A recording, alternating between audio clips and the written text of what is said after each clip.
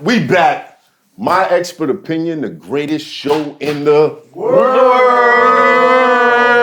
That was great. We gotta do it one more time. What was that? My expert opinion, the greatest show in the world. You heard? And because we're the greatest show in the world, I want to give a big shout out to my man Peter over at Brooks. He sent through some exclusives. Now, it's to my understanding that I own a pair, Dutch owns a pair, and Jay-Z owns a pair. Yeah. It's that adrenaline pack. And I think that's it, right? Yeah, that's it. I'm definitely gonna use that. That's Look at it. these, look at these. The Brooklyn in me is about to have me owning a pair too. And Brooks is disrespectful. yeah, don't worry. We're gonna make it. I'm about to right there. Icy. Icy. Shout out to Brooks. Y'all go out there and y'all support, become a part of this thing, you know what I mean? Oh, that ain't it. It's 2 boxes. It's two boxes. It's 2 boxes. I'm gonna show them all exclusive. You. I'm gonna show them all exclusive. We're gonna break that down throughout time. Shout out to my man Seth. How you feeling, family? I'm great, sir. How are you? Chilling out here. How you feeling? Oh man, we very polo of you. I'm sorry, my apologies. No. I just try to stay fly as I can. Look, I really want to bring up this. Go for it, man. No, because we got a guest tonight All right. that has over 4,000 features. He's been around since the creation of Ruthless Records. West Coast legend, Kokane is in the building. Make some noise. Welcome to the Coast OG. Man, thank you for having me on. 4,000.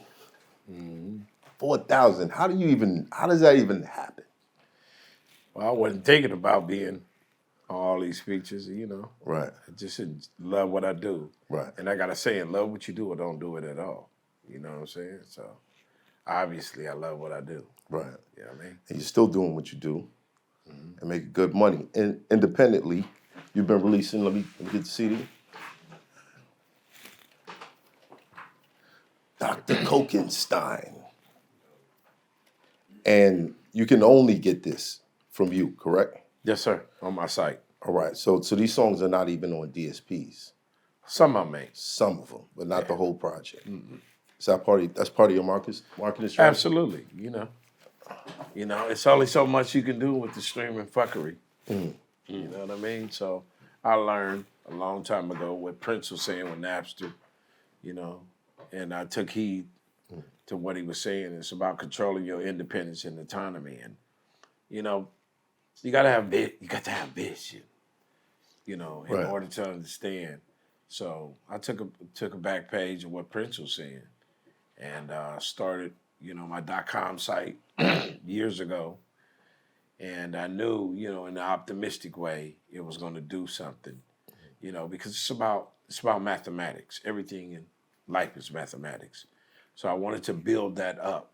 And, it's about selling to the people as opposed to just selling to Hollywood. So I've always been a people person. And that's where I'm at right now. You know what I mean? So it's doing good for me. That's what I mean? It's doing good. Now, amongst the 4,000 features, who would you say are the 10 most notable names? Man, it's a lot. Of course, Above the Law, Eazy-E, Dr. Dre, of course, Snoop. I'm on Homies Call. Well, all right, y'all. The Homies Call. Tupac was my little bro. I mean, Busta Rhymes, Prodigy, Jadakiss.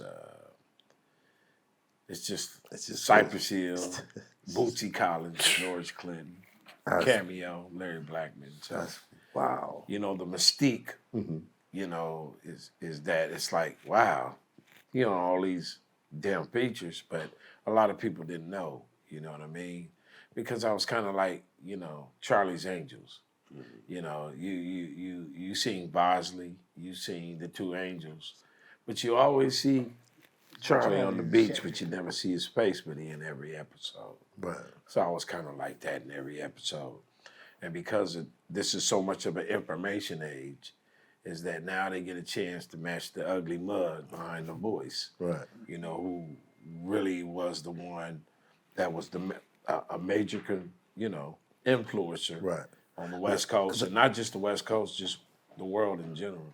I would definitely say the sound, the G-Funk sound is easily identified as like that West Coast shit. Right. And your voice was like it was instrumental to that whole, because if you kind of rewind to where us East Coast guys started hearing Right. from the NWAs, from the Eazy-E's, Sugar free. Snoop Dogg. Yeah. How did all that start? Like I started my career in 1984. I come from musical royalty. My dad is Jerry Buddy Long Sr. I'm Buddy Long Jr. And he was part of the Funk Brothers with Uncle Paul Reiser, all those cats in Motown.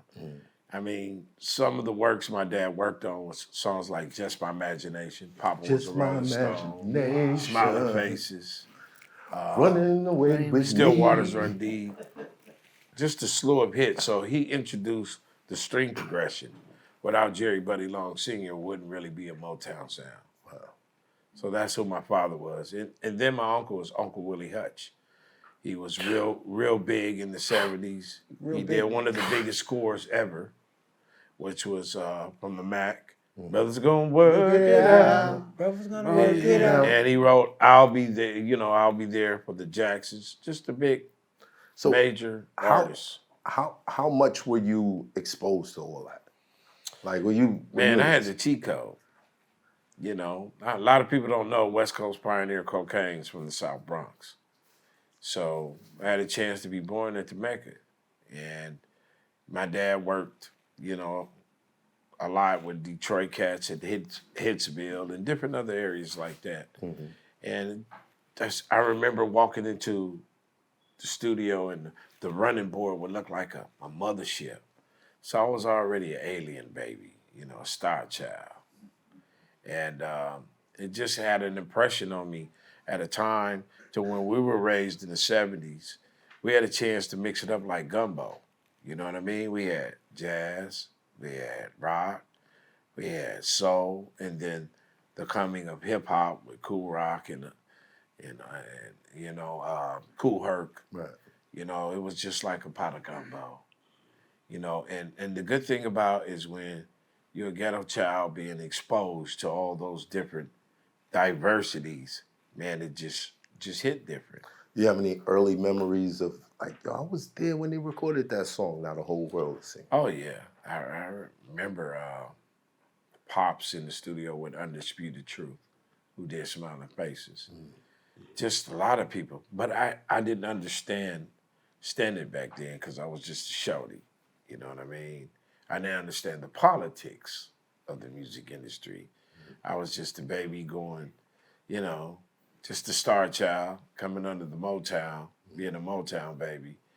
And it really didn't hit me, until the early 80s when I really started taking it serious. You know what I mean? So I started my career like 83 or 1984. And I was doing singing and rapping long before your Drakes and long before you this and that. Now, being mindful, of course, you had Slick Rick the Ruler doing it how he doing it. But no one has ever done it like I'm doing, being able to sound like George Clinton, being able to sound like Rick James, Curtis Mayfield, and being able to bust coming from hip hop. It was different. So I was always doing that, back in the early 80s, man. What made you take that risk at that time, like with being different with the cadence? Because that's basically a big risk. You know what I'm saying? Music is powerful when it's on you. When it's in you, and not just on you. You know what I mean? Music is the most powerful influencer it is, and I had the cheat code, man. It was embedded into my 23 chromosomes. You did. It was the power of the P, you know. Yeah, I was about to 16 say, man, let's get to it, man. Power of the P out here, man. Power Pimping. of the P. He's been out here pimping since pimping, baby. It was the power of the P. It's the power. He out here. 16th letter can't get 16th no better. letter. And we cut from that ghetto. We cut from that suppression. Right. And back when we was rolling, you know, listening to Stylistics, your Rick James and your George Clinton, you know, that was the soundtrack to gangsters and players' life. You know, when they roll up and they shitty sharp and they on point like Stacey Adams, they would play some dramatics. They would play some of that old school shit. And that had a reflection on my lifestyle, the way I roll. How do you feel knowing that the exact scene that you just described, now it's your music that they rolling up to? I'm honored. They playing your shit now. I'm honored. Yeah? Because a lot of our stuff, brothers, come from the Moors, come from Moorish descent, come out of slavery. You got to realize blues, rock and roll, all these different derivatives of music, you know, came out of slavery. And we are the descendants of that music that came out.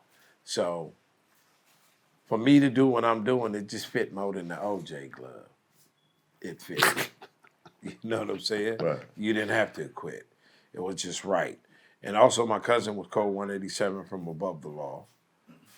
So we were raised around music, you know. On my grandfather's side, his first cousin was Charlie Bird Parker and Della Reese, who played in Shot Me in My Pinky Toe. Yeah.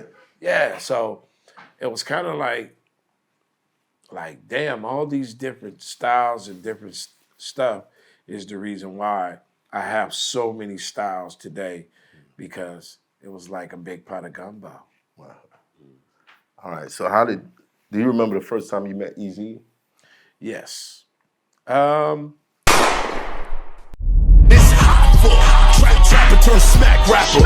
Only smack rapper that you know is smack rapper.